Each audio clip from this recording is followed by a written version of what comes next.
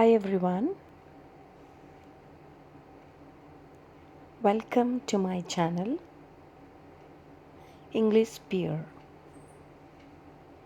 Let's learn today a topic under grammar which is relative clauses. Please subscribe to my channel and like the video. Let's get started.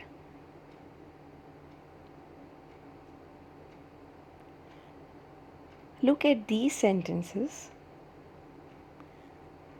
The film is about a girl who learns witchcraft. Let's look one more example. The man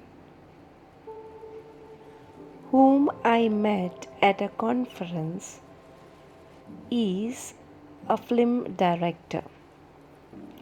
So if you have seen the words, see the sentences, the clauses in the green color, who learns witchcraft or whom I met at conference. So these are the words which are actually connecting the main words. The underlined parts are relative clauses which give additional information about thing or person being talked about. So these are nothing but relative clauses. Let's see one more example. The man who is talking to the tall man is the CEO. So here a clause which is who is talking to the tall man is nothing but it is adding additional information about the noun the man here. So here the underlined words are adding additional information about the man which is nothing but a relative clause. These dependent clauses specify which person or kind of people the speaker is referring to. We can place a relative clause either in the middle or at the end of the sentence. Let's see first one. The woman whom the tall man is talking to is the CEO. So whom the tall man is talking to is a relative clause which is placed in the middle of the sentence. Next one is I have never seen a plant whose flowers change color. So here a relative clause whose flowers change color comes in the end of the sentence. So you have seen, so relative clause can be placed in the first or the end of the sentence, in the middle or the end of the sentence. Let us note something here.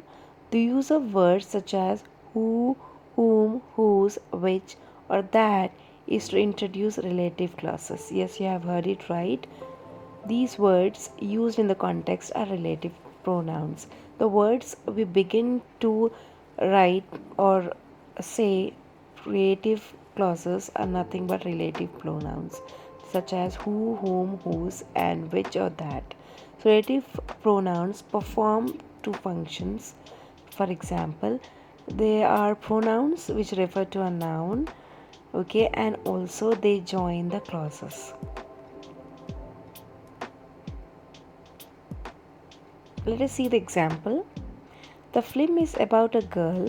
The girl overcomes many obstacles in her life. So we see two sentences. Instead of this, we can join it by relative clause by making it very simple. The film is about a girl who overcomes many obstacles in their life. So who overcomes here, it is a relative pronoun to introduce a sentence. Let us see the use of relative clauses and relative pronouns in the relative clauses. First one is who. Who is used to refer people, subject and a verb, and also it is very common used as a subject and a object positions in English. Example, the woman who is standing at the bus stop is my aunt. So who is standing at the bus stop is my aunt is a relative clause beginning with who.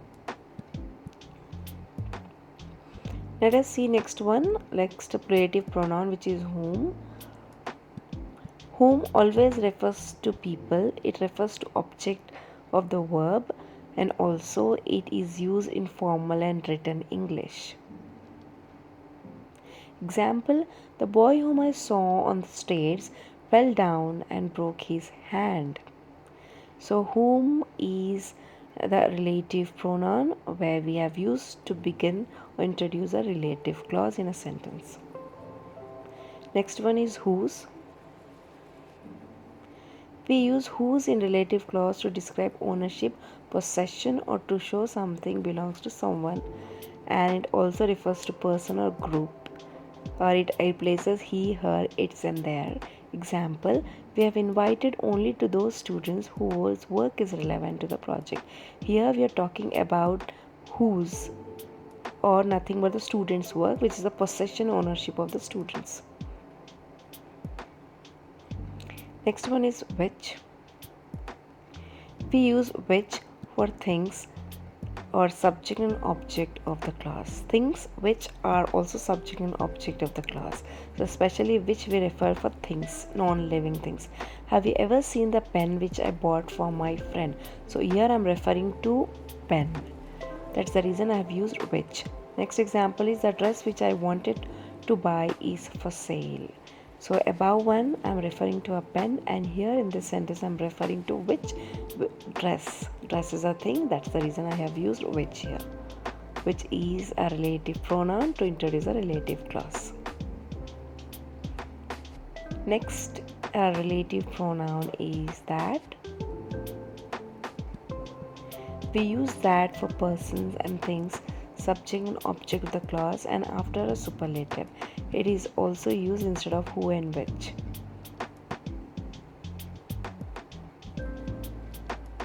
Example, where is the book that I gave you in the morning? That can be used for person, people, object, and anything, but remember it is used in informal English and also in American English. So here I am referring to that, a thing, which is a book. Nothing. Next one, let's see relative adverbs. Yes, relative adverbs also introduce relative clauses. Relative adverbs, when, where, and why, are used as relative adverbs to introduce or form a relative clause apart from relative pronouns. So when we use for time, like day or year. Example is, she cannot forget the year when she won the first prize. Here we are talking about the year, the time. That's the reason we have used when.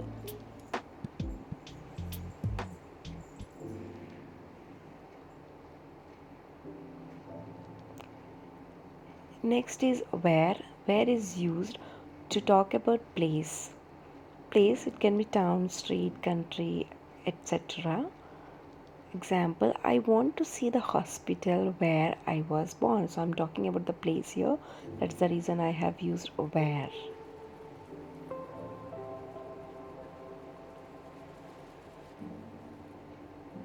Next one is why. Why is always used for a reason as a relative adverb to introduce a relative clause and link the sentences. Tell me the reason why you were late to the college.